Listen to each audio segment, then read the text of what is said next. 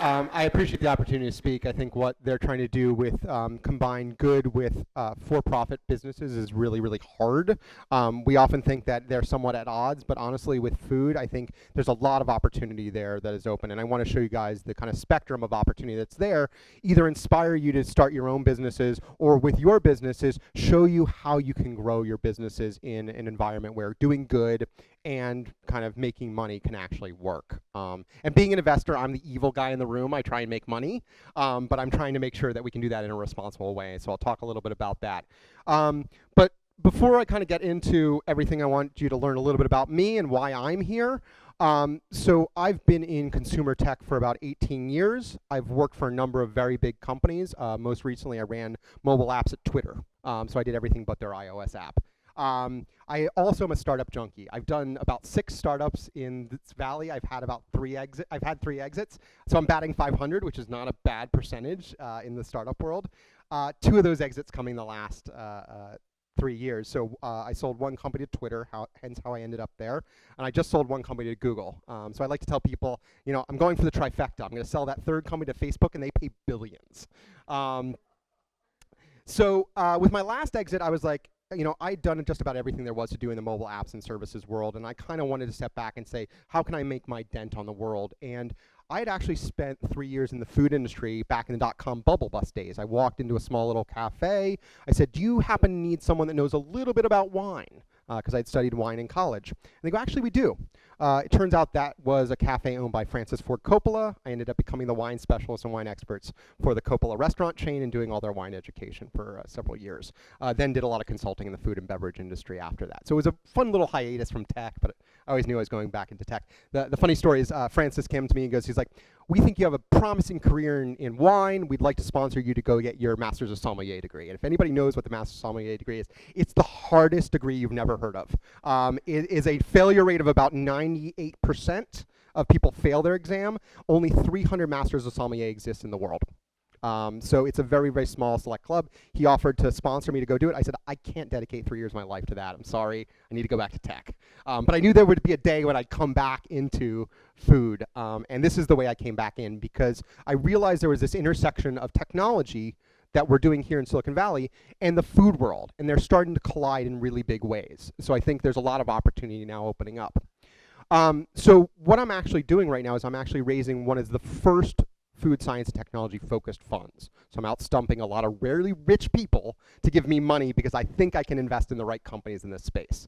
And I'm starting to build a track record. So I'm the food EIR at a facility called IndieBio, which you'll hear a little bit more about from Art from Clara Foods. They were incubated there, as well as I'm a mentor at a number of different accelerators, both food, hardware, and software-based incubators. So I want to talk about the history of food just real briefly, why we're here talking about food right now. And it all kind of started for me back when Michael Pollan started writing this really influential series of books and started getting us in a dialogue about what we eat, right? We were all just mindlessly eating at this point, right? We would go to McDonald's, get our hamburger, we put it in our mouth, and that's our cheap calories for the day, right?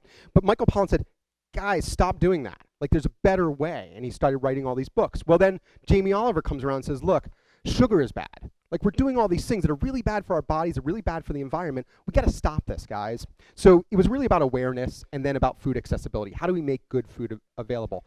And then you see all the stuff that's been recently happening. We're talking about GMOs. It's real dialogue about how science can impact what we eat. So I think there's a lot of opportunity, but there's also a lot of fear. And we got to be able to figure out how to fix that problem.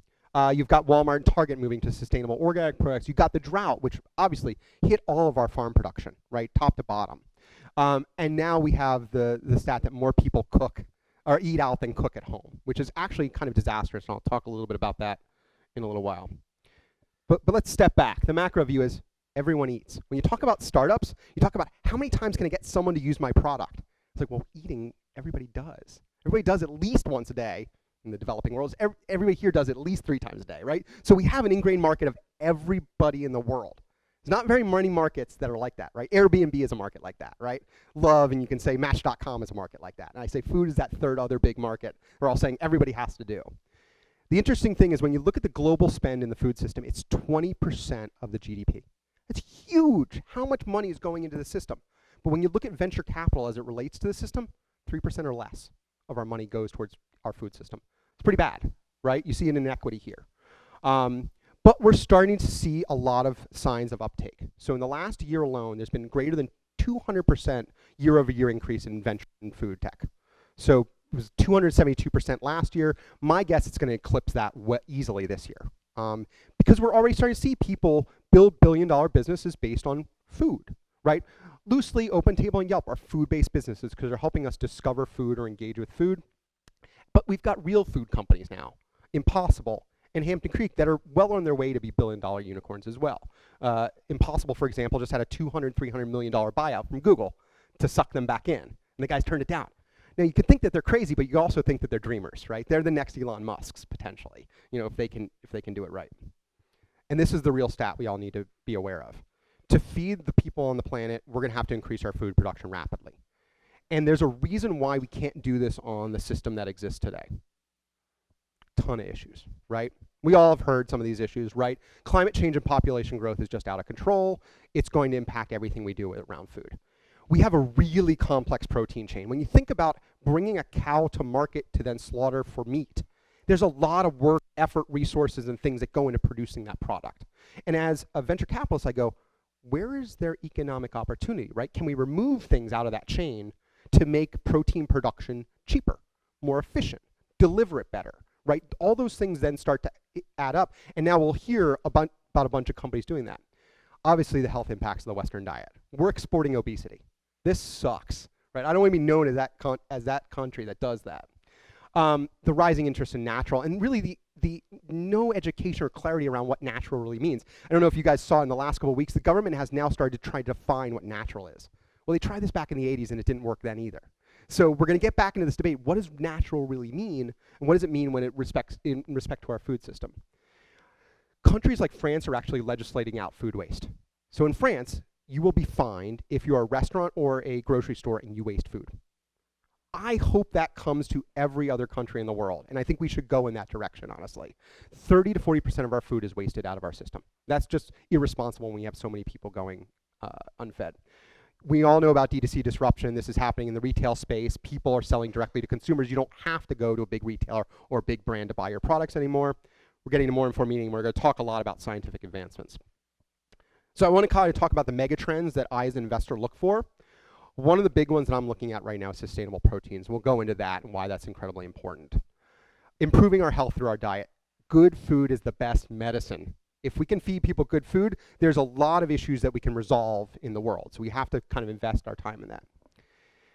I call it making cooking at home cool, but ultimately it goes back to that health and wellness thing. We'll talk a little about, Michael Pollan has said, if we cook at home, there is a causal relationship to us being healthier people. When fatty French fries are accessible every single day, we eat them. But if you have to cook at home, it's a pain in the ass, right? So there are certain things that home cooking really enables, and we've got to make that cool again. Transparency is a huge issue. We'll touch on that. And here's a new issue that I want to kind of seed to the entrepreneurs out there, which is personalization of food. But I want to take delivery off the table. Delivery is not food tech. Let me say that again. Delivery is not food tech. Delivery is logistics with the added complexity of food if you're trying to do a food delivery business. That sounds like a really bad business to be in for me. It's like, okay, I got to figure out how to move a salad, a very low-cost product, from point A to point B in the trunk of a car, or whatever it is. That sounds, and I got to do it in an hour or less because there's spoilage and heat and all that kind of stuff. That sounds a really hard problem. Now, there's a bunch of people spending hundreds of millions of dollars to figure that out. I don't think it's the most important problem in the world, to be honest with you. So let's talk about sustainable proteins. When I talk about sustainable proteins, I'm really talking about the conflagration of nature, what we're given in the world, and what we know about the way nature processes things, and the science we can apply to unlock hidden potentials. And this is why it's important. The demand for meat continues to grow, but we know a plant-based diet is healthier and more sustainable in the long run, right? This is the fact of the matter. Here is the growing global meat consumption. Now the colors are a little washed out, but basically you can see green is the only thing that's up to a 50% decrease. Everything else is an increase. And there's very few places like Argentina and Australia where meat consumption, demand for meat is going down. Everywhere in the world it's going up. You see China, bright red, right? Again, exporting the Western diet, everybody wants meat. We have to deliver more meat products. Like, this is kind of a bad situation, especially when you're talking about the challenges of of scaling meat, right? It's resource heavy. Like, you're going to have to truck it from these rural areas. You can't put a cow in an urban area and make that sustainable, right? There's just not enough land. It's not going to work. We obviously know about the environmental impacts. There's a lot of debate about if you took all the cows out, what it actually will have on the impact to global warming. But we know that it is responsible for 6% of the greenhouse gases. And obviously the food safety risk. I think I read a report recently that said the next superbug is not going to come from us trying to inoculate ourselves against influenza or the flu. It's going to come from our food supply, because we are trying to treat these things for all the latest bugs and things like that in them, and eventually that will filter down to us and we'll ultimately consume something that will make us sick. And obviously everybody here, I think, thinks about the ethical implications of dealing with animals, and I know we're all considerate of the fact is, honestly, we don't want to be doing it if we don't have to. And an investor said to me, he's like, I think 50 years from now we're going to look back on what we were doing to animals and go, that was barbaric. We shouldn't have been doing that. So, I'm on that tip as well. So from my perspective as an investor, I look for alternatives. How do we shorten that chain, that complex chain of protein, and how do we make better products? And you're going to hear a lot about this, but I'll just kind of tip you off. Clara Foods is out there doing it. They're brewing a better egg at the end of the day. And we'll talk a little bit about why that's important. Art will give a great presentation about what they're doing. But it is capable these days. We have the scientific knowledge. We have the basis to do this. We have the ability to do it at a small startup level and grow that and scale that over time, which we didn't have before. As a venture capitalist, I'm very excited the fact that things like IndieBio, a program that builds these type of companies and helps accelerate them, exists. So it allows us to get these new products into market. But the great thing is there's a whole bunch of people working on the protein revolution. And there's three main ways that people are building proteins today. One is brewed, which is what Art and Clara Foods is doing, but there's people doing it in milk. Move-free. There's people doing it in gelatin. Gelzen is a new company coming out at IndieBio that is brewing gelatin. And you can imagine, gelatin is used in a ton of products. So the utility of that is huge. You've got plant and algae-based products. We all know of Hampton Creek, Impossible, and Beyond Meats, but the one you probably don't know is New Wave Foods, because they're also just coming out of IndieBio. They're trying to build sustainable seafood. So shrimp-like product built from plants and algae. And it'll look like a shrimp. It'll taste like a shrimp. It'll actually even do the color change of a shrimp when you take it from raw to cooked. So people can use that as a replacement for seafood-based products. And by the way, if anybody knows about shrimp production, they suck up all of the bad things in the ocean. So they are awful filter feeders and stuff like that get a lot of toxins in them. And when you have an oil spill like you do down in the Gulf, they just cancel shrimp production because they just don't want to go and have to deal with that. And then you have cultured meat. And we've heard about cultured meat, but there's a whole new revolution of culturing meat, building it growing it in a petri dish that's becoming. Memphis Meats also being the one you probably haven't heard of, coming out of IndieBio, that's also starting to figure out how to do it at scale. I'll touch quickly on improving health because, as I said, like if we give people better food, we can feed a lot of people and solve a lot of issues around our health system. So most of you may know this, but if you don't, the diet is one of the biggest issues with premature death. And I'll show you why. This is from 2013, the things that have the highest number of deaths globally based on what people are doing. And if you count here, I think I counted 7 of the 10 are something we put in our body. Alcohol use, high cholesterol, high body mass index, blood pressure, diabetes, salt, low in fruits. Like, it's pretty drastic when you talk about, and again, I love all these other capitalists thinking about how we can extend life and things like that. Food system, people. Like, it's pretty simple and straightforward from this data. So what's killing us? It's the access to cheap calories, right? You can walk into a McDonald's or a 7-Eleven and buy calories incredibly cheap. They're not good for you, but they will fill you up and they will sustain you. There's lack of alternatives like we talked about. Ineffective education. One of the things that I believe that we need to get better at doing is educating people how to have a healthy diet. The number one way to change people's behavior is to change the environment. We need to change the environment and the way that we talk about food. And it's all buffered by the system of wafer-thin margins, right? The food industry is a sucky industry to be in. And I'm going to talk a little bit about the restaurant industry in a second, but if you've ever worked in a restaurant, oh my gosh, every single one of those businesses is on the verge of going out of business because they work on such thin margins. So I want to talk about someone that's reinventing that. How many people here have been to Itza? How many people have heard of Itza? Okay. Now a bunch of you heard of it, a bunch of you haven't been there. Itza is what I call the new automat. It's a new way of serving food at a cheap and expensive price that's actually healthy and good for you. So a gentleman by the name of Dave Friedberg, and Dave is very famous for forming the Climate Corporation. Dave sold the Climate Corporation to Monsanto. Yes, we know Monsanto is bad. Dave made a lot of money, and he decides, I want to go do something good for the world. The thing he wants to go do good for the world, he wants to popularize quinoa as a source of protein and as a staple diet. So he's built a restaurant all around quinoa that at a Chipotle price point, it's $7 a bowl, you can get a very healthy meal. There's almost no staff. The 4 people you see here is practically all staff you see. It's almost all automated. You go up to an iPad, you type in your order, it comes through a little cubicle. It's all very beautiful, simple, elegant. It is the new food service industry. It's trying to take all of this traipsings we put around the food that we eat, and distill it down to just eat good food. Serve people quickly, cut costs, make it really, really effective.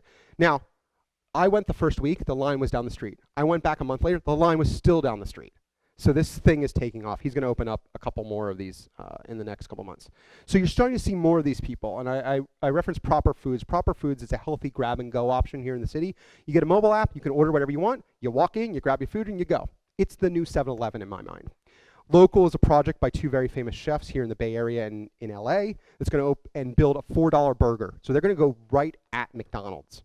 They're going to compete. They're opening up their first stores in Watts, LA, the Tenderloin here in San Francisco, and eventually Harlem, New York. So they're going underserved inner city markets where $4 is what you have to spend to feed yourself, right? That's where we're going to change the game. And then you have a lot of services and capabilities that are then buffering these guys. There's also thinking about how you manage 2 major aspects of food businesses in the restaurant industry. The one I call is food capital. How do we manage what's coming in our door and what's going out as waste, right? Because when I can only order the amount of product that I need, I can reduce the amount of waste that goes out my door. But also, if I do have waste, and several of these companies like Feeding Forward and Mint Scraps, when I do have waste, how do I manage that better? Feeding Forward is a very interesting business.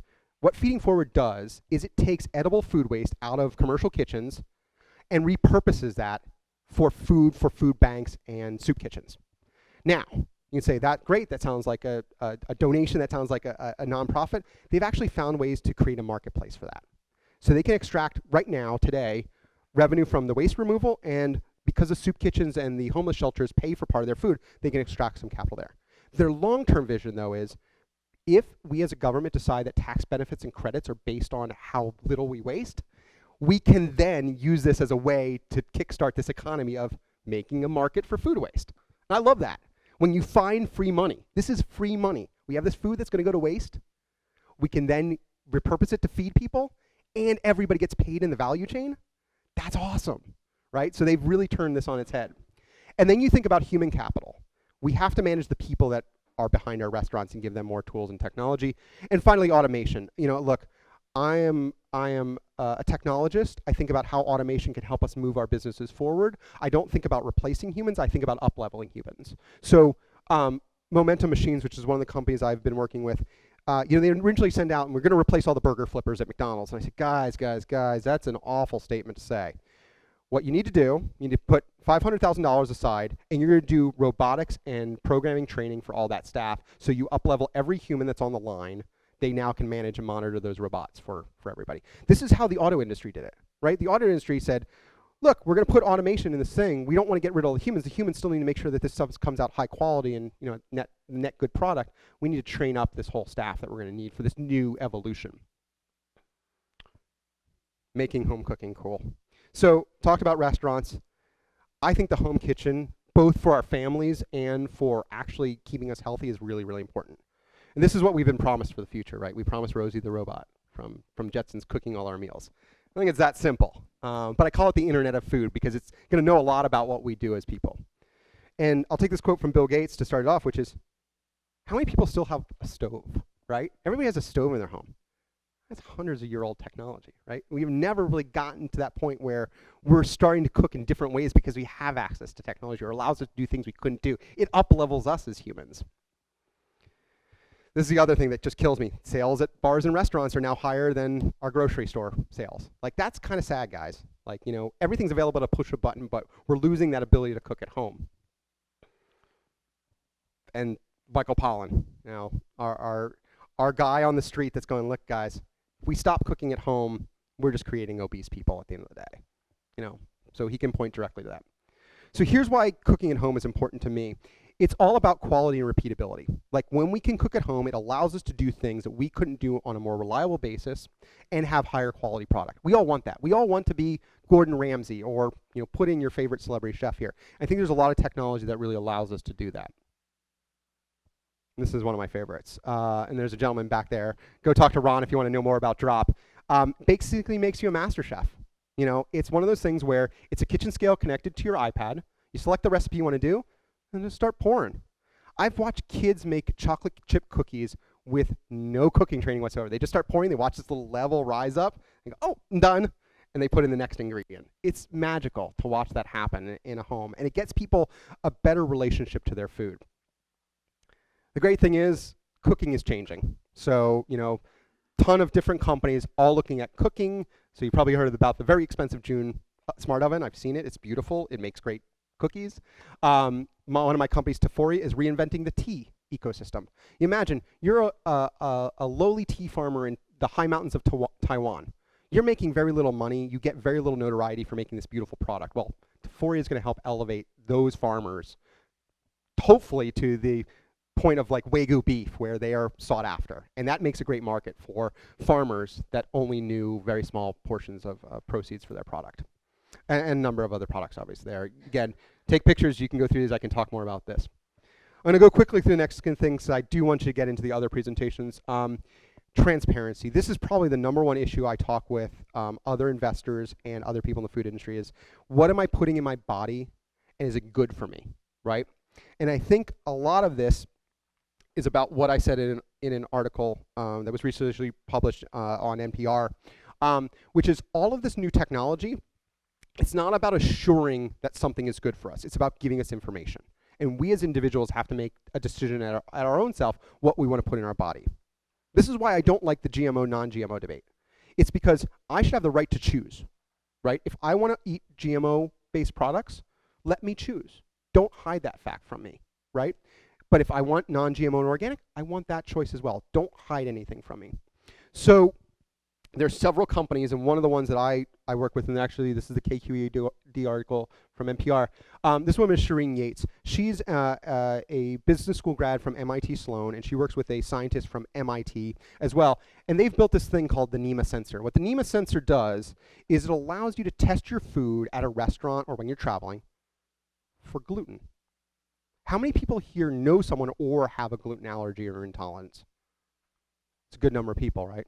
And if you know someone with celiac disease, you know the impact that gluten can have if you eat gluten. They could be hospitalized. They could be down for the count for several days. This is a big issue. Her platform is actually a chemical test that you can run on gluten. They will eventually do dairy and peanut allergies. And what I'm most excited about is they will actually do pathogens. So salmonella, listeria, anything that could taint our food system. So I had a very major food producer come to me and goes, our product is supposed to be gluten-free. We want to keep it that way. I'm like, great, here's 100 Nemas. Go buy those things. Because this will help you test at a lab quality in your hand in 2 minutes.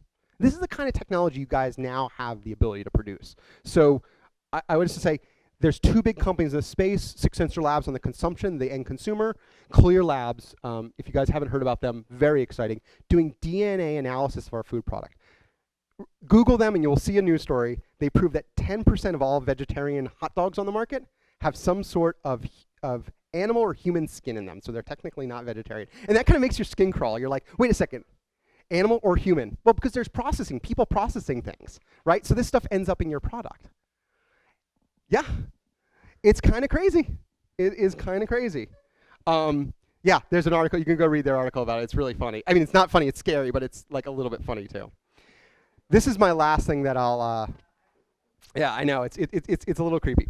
The last thing I'll end on is kind of an idea that I've been kicking around, and I'm starting to get this validated by a number of other startups I'm meeting. We all eat differently. I can point to anybody in this room, and you will tell me the things you like, the things you buy, the things that make you sick, all of this stuff. And we have yet to unlock that personalized eating profile. And so I'm really excited about this because I want to be able to walk into a restaurant and I don't want 20, 50 dishes presented to me.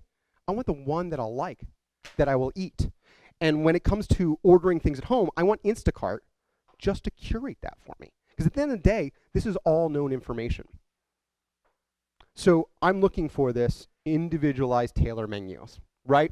There's millions of points of data on what I eat. My credit card knows everything that I've ate, right? Because I swipe it every time I pay for something, right? I have my Instacart or my ordering from online, any number of different sources, Blue Apron, Munchery, whatever. But then there's a really interesting piece of science that we have yet to unlock, which is our bodies process different foods differently. So when we think about that, wait a second, I'm going to eat something and it's going to agree with me, and you're going to eat something it's not going to agree to you, right? That's just how it works, right? We're all completely different. And we're all doing these, right? We all have a tracker on our systems. We know how much we walk. A lot of trackers these days have moisture sensors. We know how much we sweat, how much liquids we expend. There are models for all this stuff once you know some basic premises. And as I said, good food is the best medicine. So how do we build that? Well, this is one attempt right now. This is output from like a uBiome study that tells you basically here's all the bacteria that's in your gut, and here's how you are connected to other people like yourself. This is 23andMe for what you eat, right? And 23andMe is great, but it's not predictive. It's not helping me actually build that menu. It's telling me a lot of really interesting data, and it's kind of a parlor game. It's cool, but how do we connect this up to something that's more meaningful? This is my formula. The artifacts in our world, what we actually buy, what we're interested in, what we eat, what we don't eat, the sensors that's tracking all of our calorie expenditure and other expenditures and things like that allow us. There's going to be sensors on everything, guys. I mean, I hate to tell you, like babies have sensors these days. It's going to be everywhere. And then our microbiome. Actually, what do we want to process? What is good for our system? Like when I have a zinc deficiency, it should be adapted for that. I shouldn't have to go to the doctor every year to figure that stuff out. And we're getting to that. This is why it's such an interesting field. Finally, there's a whole slew of other areas that I'm interested in from an investment perspective: new and natural ingredient production, cheap sensors, industrial automation, urban and indoor farming. How do we put food production closer to people? Like, I would love to have more of these ways that we don't have to truck from Salinas, the best produce, all the way across the country to New York to the best restaurants in the world. Could they be growing it in their backyard? Could they be growing it on their roofs? Like, there's a whole bunch of companies looking at that space. Been talking to a lot of nutraceuticals. How do we enrich a lot of our products with the nutrients that we need? And as I said, microbiome utilization as it comes to probiotics and prebiotics. So as you can see, what I'm presenting is there's a world of opportunity in food science and food technology. We're looking for the best people to go kind of productize that, and all for the betterment of the world. You can do good and make money, and there's a ton of ways to do this. Big companies doing all these things poorly in our ecosystem right now. Everybody, every single one of you in this room can help disrupt that if you have a really good idea around this. So if you do, come to me first. I'll find some investment capital and blah, blah, blah, blah. We all make a lot of money and the world gets better kind of thing. So thank you.